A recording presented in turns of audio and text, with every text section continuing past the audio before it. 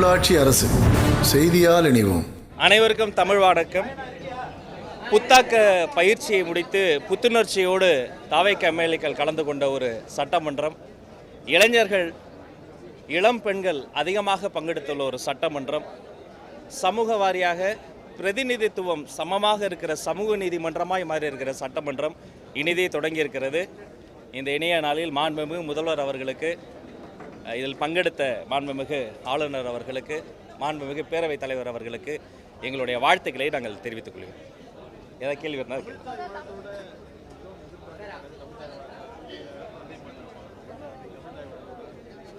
தெளிவாக சொல்கிறோம். தமிழ் எங்கள் பேச்சு, தமிழ் எங்கள் மூச்சு, தமிழ்தான் எங்கள் உயிர், தமிழ் எங்கள் வாழ்வு.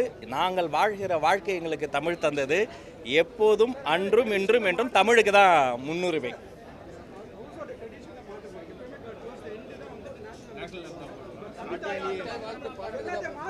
ஒன்றிய அரசு கொடுத்திருக்கக்கூடிய சுற்றறிக்கையை பொறுத்த வரைக்கும் ஒவ்வொரு அரசாங்க நிகழ்வு நடக்கிற இடத்துலையுமே எடுத்த உடனே நேஷனல் சாங் வந்தே மாதரம் பாட வேண்டும் என்று இருந்தது. ஆனால் தமிழ்நாடு அரசை பொறுத்த வரைக்கும் தமிழ்த்தாய் வாழ்த்து முதன்மையாக இருக்க வேண்டும் என்பதுதான் நம்முடைய இடம். மற்றபடி தேசிய கீதம் பாடுவதில் முரண் இல்லை. வேற தாங்க, அதுக்கு தான் பதில் சொல்கிறேன். நேஷனல் சாங் வந்தே மாதரம் பாடணும்னு ஒன்றிய அரசு சுற்றறிக்கையே இருக்குது. அதை நம்ம ஃபாலோ பண்ணல. தமிழுக்கு தான் முதலிடம், தமிழ்த்தாய்க்கு தான் முதலிடம், தமிழ்த்தாய் வாழ்த்து தான் முதலில் பாடப்பட்டது. வந்தே மாதரம் வந்து அவங்க ஒன்றியர் சொல்றாங்க வந்தே மாதரம் பாடப்பட வேண்டும். அப்ப நீங்க இந்த வந்தே மாதத்தை பாடல அப்படின்றத எப்படி நம்ம எடுத்துக்க முடியும்? தேசிய கீதத்தை இரண்டாவதாக பாடுறீங்க, அதுவே அவை மரபுக்கு முரணாக, அவை மரபடி பின்னர் தான் மூன்றாவது முறையாக நான் பதில் சொல்கிறேன். தமிழ்த்தாய் வாழ்த்தோடு சட்டமன்றம் தொடங்கியது. தேசிய கீதம் பாடக்கூடாதுன்னு எதுவும் இல்லை. தேசிய கீதமும் இசைக்கப்பட்டது. இறுதியிலும் தேசிய கீதம் பாடப்பட்டது. இதுதான் பதில்.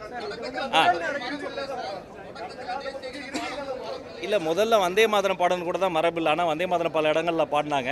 நம்ம தமிழ்த்தாய் வாழ்த்துக்கு முன்னுரிமை கொடுத்துருக்குறோம். அது மட்டும் கிடையாது, சட்டமன்றத்திற்கு என்று ஒரு கண்ணியமும் மாண்பும் இருக்கிறது. ஜனநாயகத்து பூர்வமாக எதிர்க்கட்சிகள் அவர்களுடைய எதிர்வினை ஆற்றலாம். இன்றைய தினம் கூட திமுகவினுடைய மாண்புமிகு சட்டமன்ற உறுப்பினர்கள் அவங்க பேட்ஜ் ஏதோ ஒன்று குத்திட்டு வந்தாங்க. இந்த டெமோக்ரஸியுடைய பியூட்டியே, ஜனநாயகம் என்பதே எதிர்க்கட்சிகள் அவர்களுடைய எதிர்ப்பை காட்டலாம், அதற்கு இடம் தரலாம். ஆனால் ஒன்றே கொஞ்சம் ஜஸ்ட் மிஸ்ஸு, அவங்க போன ஆட்சியில் அப்படி வந்திருக்கணும். கொஞ்சம் காலத்தாமதம் இந்த ஆட்சியில் வந்துட்டாங்க. இது பொது அமைதியும் சட்டம் ஒழுங்கையும் சட்டத்தின் ஆட்சியும் நீதி நிலைநாட்டுவதற்காக சிங்கப்பெண்கள் செருப்பு படையிலிருந்து பல்வேறு விஷயங்களை முன்னெடுத்து கொண்டு இருக்கக்கூடிய சர்க்கார். அதனால் இந்த பேட்செல்லாம் போன ஆட்சியில் அவங்க கொண்டு வந்திருக்கணும் என்பதையும் சுட்டி காட்டிக்கொள்கிறோம். நல்ல முறையில் தொடங்கி இருக்கிறது. தொடக்கம் நல்ல முழக்கமாக இருக்கிறது.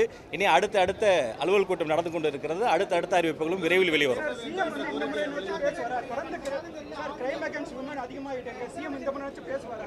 இல்லை, கிரைம் அகென்ஸ்ட் உமன் வந்து ஒரு போலீஸ் ஸ்டேஷனில் ஒரு விக்டிம் வந்து அந்த அப்பா அம்மா வந்து குழந்தை மீது இப்படி ஒரு அப்யூஸ் நடந்துருச்சு, அவனுக்கு கேஸ் கொடுக்க வந்து அப்பா அம்மாவே அடித்து ஒரு கேஸ் போட்டாங்க.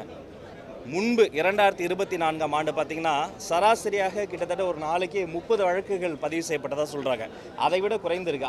அதே சமயம் விக்டிம்ஸ் வெளியில் வருவது அதிகரித்திருக்கிறது. பாதுகாப்பு உணர்வு போலீஸ் ஸ்டேஷன் அதிகமாக இருக்கிறதால நிறைய விக்டிம்ஸ் வெளியில் வராங்க. அதனால் இதுதான் இப்போது நடந்து கொண்டிருக்கிற ஒரு ஆட்சி என்பது பொது அமைதியை பாதுகாத்து துரிதமான நடவடிக்கை. இப்போ குற்றம் நடக்குதா, உடனடியாக எந்த பாராபட்சமும் இல்லாமல் துரிதமாக நடவடிக்கை எடுக்கப்பட்டு அதிகபட்ச தண்டனையை வாங்கி கொடுப்பதற்கான வேலைகள் நடந்து கொண்டு இருக்கிறது. ஒவ்வொருத்தரா இல்லையே, தமிழ்த்தாய் வாழ்த்து பாடப்பட்டது, அதை சொல்லவே மாட்டீங்களே. சமூக நீதியை பொறுத்த வரைக்கும் நாங்கள் ஆட்சிக்கு வருவதற்கு முன்பிலிருந்தே சொல்கிறோம், சாதிவாரி கணக்கெடுப்பு நடத்தப்பட வேண்டும். சாதிவாரி சமூக நீதி கணக்காய்வு மாநில அரசு நடத்த வேண்டும். இதில் மாற்றம் இல்லை. அன்று சொன்னதான் இன்றும் சொல்கிறேன். ஏன்னா இது சமூக நீதியை அப்போ தான் ரூட்ஸில் என்ன போயிருக்குன்னு பார்க்க முடியும். பிற்படுத்தப்பட்ட வகுப்பு, மிகவும் பிற்படுத்தப்பட்ட வகுப்பு, ஒடுக்கப்பட்டவர்கள்லேயே ஒரு செக்டார் வந்துட்டாங்களா, இன்னொரு செக்டார் வரலையா, ரூட்ஸில் போயிருக்கா, முதல் தலைமுறை பட்டதாரி யார், பெண்கள் படிச்சிருக்காங்களா, பட்டதெல்லாம் எப்போ வரும்னா கணக்கெடுப்பும் கணக்காயும் நடந்தால் தான் வரும். அதோடைய ஏற்கனவே இருக்கக்கூடிய விஷயங்களை நம்ம மீண்டும் வலியுறுத்தி இருக்கிறோம். அவங்க பண்ணலையே, நாம இதில் அழுத்தம் ஏற்படுத்தும் சொல்லியிருக்கிறோம். அவங்க மேடையில் சொன்னாங்க, சட்டமன்றத்தில் சொல்லலை. ஆனால் நம்ம இதை கடுமையாக பின்பற்ற போகிறோம் என்பதற்கான எடுத்துக்காட்டு தான் இது. கணக்காய்வை மாநில அரசு பண்ணோம், சாதிவாரி கணக்கெடுப்பு மத்திய அரசு பண்ணணும், அதற்கான அழுத்தத்தையும் நாங்கள் கொடுப்போங்கிறத சொல்லிட்டோம். ஒவ்வொருத்தரா ஒவ்வொருத்தரா சார் ஏற்கனவே விரிவாகவே உங்கள் சேனல்லே நான் சொல்லியிருக்கிறேன். சாதிவாரி கணக்கெடுப்பை பொறுத்த வரைக்கும் எப்படி நடத்தணும், மற்ற மாநிலங்களில் சாதிவாரி கணக்காய்வுலாம் எப்படி நடத்தினாங்க, உயர்நீதிமன்றத்தில் உச்சநீதிமன்றத்தில் என்னென்ன வழக்குகள் இருக்குது, வழக்கினுடைய தீர்ப்புகளை எப்படி பின்பற்றணும் என்பது தெளிவாக விரிவாக உங்கள் சேனல்லே பேசியிருக்கிறேன். சுருக்கமாக சொல்கிறேன், சாதிவாரி கணக்கெடுப்பை ஒன்றிய அரசு நடத்தணும், சாதிவாரி கணக்காய்வை மாநில அரசு நடத்தி இரண்டும் நடைபெறும். நாங்கள் பின்பற்றக்கூடிய ஒரே ஆள் மாண்புமிகு முதல்வர் சி ஜோசப் விஜய் அவர்கள் மட்டும்தான். மக்களை முன்னிலைப்படுத்தி பதில முடிக்க விடுங்க நண்பா. பதில நீங்க மட்டும் பேசுனா எப்படி? நாங்க பேசுறதே கொஞ்சம் கேளுங்க. அவரும் கேட்பார்ல, இவங்க எப்படியாவது மக்களுக்காக பேசுவாங்களா இல்ல போன்ல கேட்டுட்டு ஒரே கட்சிக்காக பேசுவாங்களா அப்படின்னு மக்களும் கேட்குறாங்க. நான் சொல்றதை நல்லா கவனிங்க. முதல் நாள் சிறப்பாக தொடங்கி இருக்கிறது. சமூக நீதி காம்ப்ரமைஸ் இல்லாமல் தொடங்கி இருக்கிறது. அதுக்கு இந்த சட்டமன்றமே பிரதிநிதித்துவம். இத்தனை ஒடுக்கப்பட்ட, இத்தனை பிற்படுத்தப்பட்ட, இத்தனை பெண்களுக்கு ஈக்குவலாக ஜெண்டர் ஈக்குவாலிட்டியோட ஒரு கேபினெட் நடந்திருக்கு. இது எல்லாமே எதோடைய அறிகுறினா ஜனநாயகத்தினுடைய பாதையில் சென்று கொண்டு இருக்கிறோம். யாரையும் பின்பற்ற வேண்டிய அவசியம் கிடையாது. நாங்கள் பின்பற்றக்கூடியவர்கள் எங்கள் கொள்கை தலைவர்கள், பகுத்தறிவு தந்தை பெரியார், அண்ணல் அம்பேத்கர், வீரமங்கை வேலு நாச்சியார், அஞ்சலை அம்மாள், கர்ம வீரர் காமராசர் அவர்களை பின்பற்றி வீர நடை போட்டுக் கொண்டிருக்கிறோம். கொடுத்த வாக்கை காப்பாற்றினார் முதல்வர் விஜய். 2-3 ஆண்டுகளாக இருட்டடிப்பு செய்யப்பட்ட சட்டமன்ற நேரலை மீண்டும் தொடங்கியிருக்கிறது. இனி சட்டமன்ற நேரலை தொடரும். இது ஜனநாயகத்திற்கு மிகப்பெரிய ஒரு எடுத்துக்காட்டு.